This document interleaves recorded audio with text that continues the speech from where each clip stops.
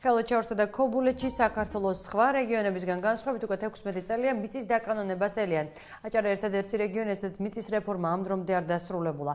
საქართველოს პარლამენტში წარსადგენ ინიციატივაზე აჭარის უმაღლეს საბჭოში 1 წელზე მეტია მუშაობენ და დოკუმენტზე მუშაობა კიდევ 8 თვით იმ მოტივით გადადეს, რომ პარლამენტმა არ დაიწუნოს და უკან უმაღლეს საბჭოს არ დაუბრუნოს.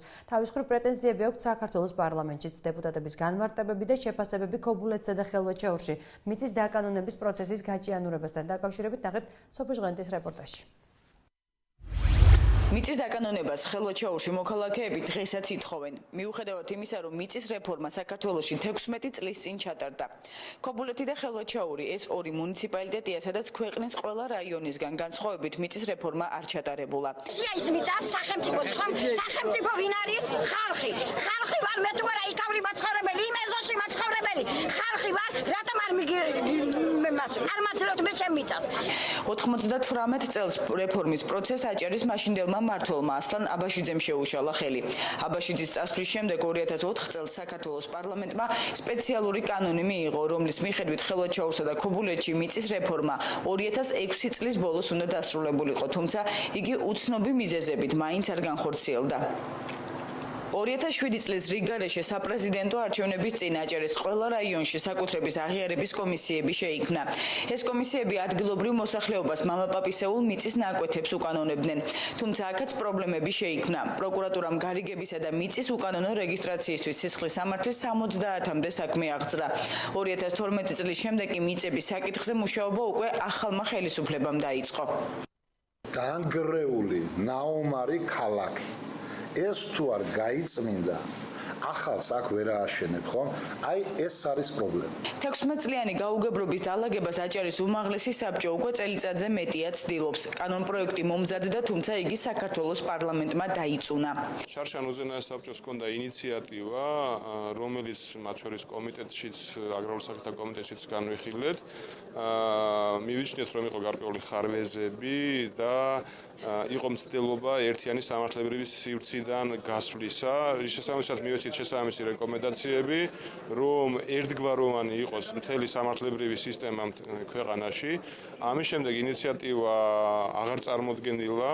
მე ვფიქრობ, რომ ამ პრობლემების გადასაწყვეტად აქტიური როლი უნდა შეასრულოს უზენაესმა საბჭომ. ქვეყნის პარლამენტში იმედოვნებენ, რომ მიწის რეფორმის დასრულებისთვის აჭარის უმაღლესი საბჭოდან ინიციატივას შემოდგომის სესიაზე მაინც მიიღებენ, თუმცა აჭარის საკანონმდებლო ორგანომ საკითხი დეკემბრისთვის გადადო.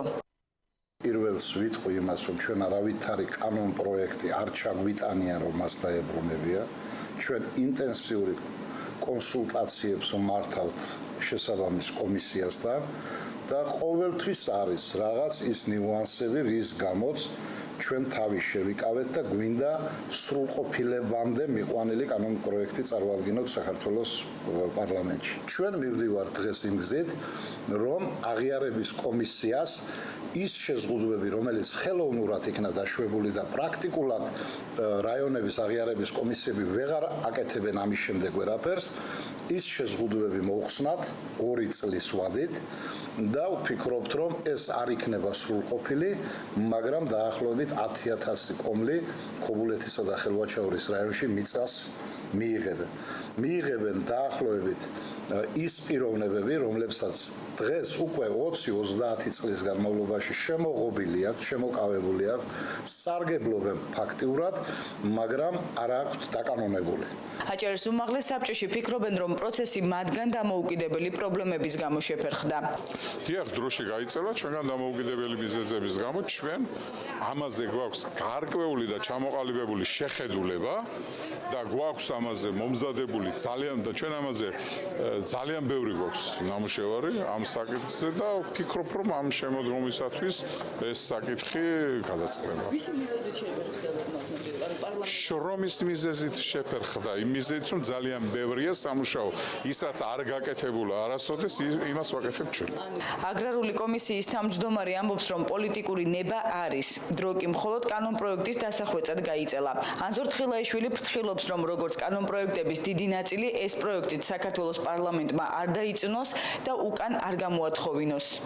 ამის ასახვა ძალიან რთულია და თუ რაიმე გადატანა ვადის გაგრძელება მოვითხოვეთ ჩვენ და ამ შემთხვევაში 1 დეკემბრამდე გვაქვს ბოლოვა და იმის გამო რომ არ მინდა გადავაგზავნო კანონი ისეთი, რომელიც უკან გამოსაწვევი გაგვიხდება. ვიდრე ქვეყნის რეგიონისა და საქართველოს საკანონმდებლო ორგანოები შეთანხმდებიან და ერთმანეთის ნამუშევარს შეაფასებენ, აჭარაში მიწის რეგისტრაციის ვადები მინიმუმ 8 თვით პარლამენტის საგაზაფხულო სესიამდე გადაიწება. მიწის საკუთრებაში რეგისტრირებას კი ქობულეთში და ხელვაჩაურში რამდენიმე ათეულობით ათასი ოჯახი ელოდება.